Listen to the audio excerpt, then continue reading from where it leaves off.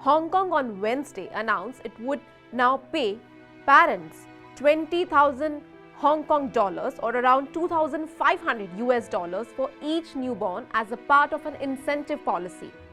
That means around 2 lakh rupees to address the declining fertility rates in the city. So why Hong Kong is coming up with this move, and what is the fertility crisis in Hong Kong?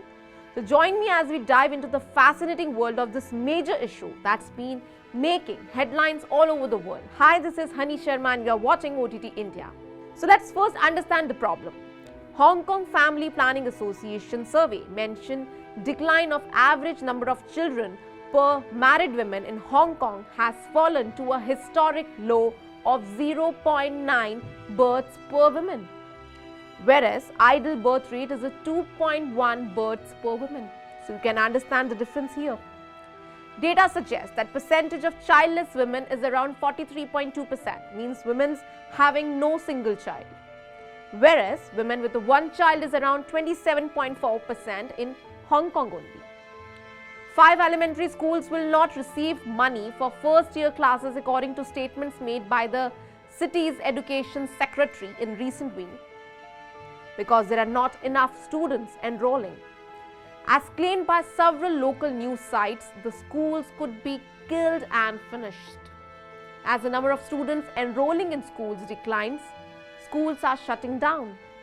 Last month, Tak NGA Primary School in Kowloon Tong made the announcement that it would cease primary 1 classes in 2024 to 2025 and progressively shut down before closing in 2028.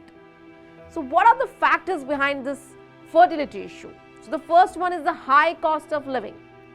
The expense of having children is an important barrier for childbearing couples to have more children. Some families are lucky enough to have grandparents helping with children and housekeepers, which frees up parents to work full-time. Other costs, however, are extremely high and include after-school tuition, interest classes, excursions and much more. And why do we need them? Because a child needs a variety of what Hong Kong moms mockingly refer to as a supernatural skills in addition to passing tests in order to remain competitive in the society. Working over 10 hours a day and making less than 20,000 Hong Kong dollars a month, 29-year-old Daniel Wang from Hong Kong expressed his preference to be single rather than marry or start a family. He said that his demanding job as an editor for a media company left him drained and that he frequently ended up sleeping at home on his days off. The another factor for this issue is a delayed marriage. Additionally, there is a trend towards a late marriage in Hong Kong among those who want to get married. One of the primary causes of women's infertility is age. Dr. Wong says a woman's ability to become pregnant to term decreases as she gets older. A woman's chances of becoming pregnant gradually decline between the ages of 30 and 35, and there is a sharp decline after the age of 40. The quality of a woman's eggs and her ovarian reserves gradually decline with the age. So this is another reason of declining birth rates in Hong Kong. So thereby, in an effort to address this problem and stop the decline in birth rates, the government is now providing a new parents with a one-time incentive of 20,000 Hong Kong dollars, that means around 2,500 US dollars. John Lee, the city's chief executive, revealed the most recent incentive on Wednesday during his yearly policy speech. The incentive can be accessed for a period of 3 hours.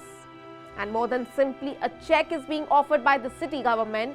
In addition, Lee listed a number of additional initiatives to support new parents in his policy address. The 1-year wait durations for families with infants in the public housing queue will be shortened in favor of these families. Increased tax discounts on house loan interest and domestic rentals will also be provided to parents. Though the policy has not received much positive feedback from the public, since in the opinion of Hong Kong residents, the funds still fall short of covering the city's high living expenses. We'll see how this move helps Hong Kong deal with this problem and resolve the crisis. But until next time, stay inspired and keep making a difference and watch OTT India.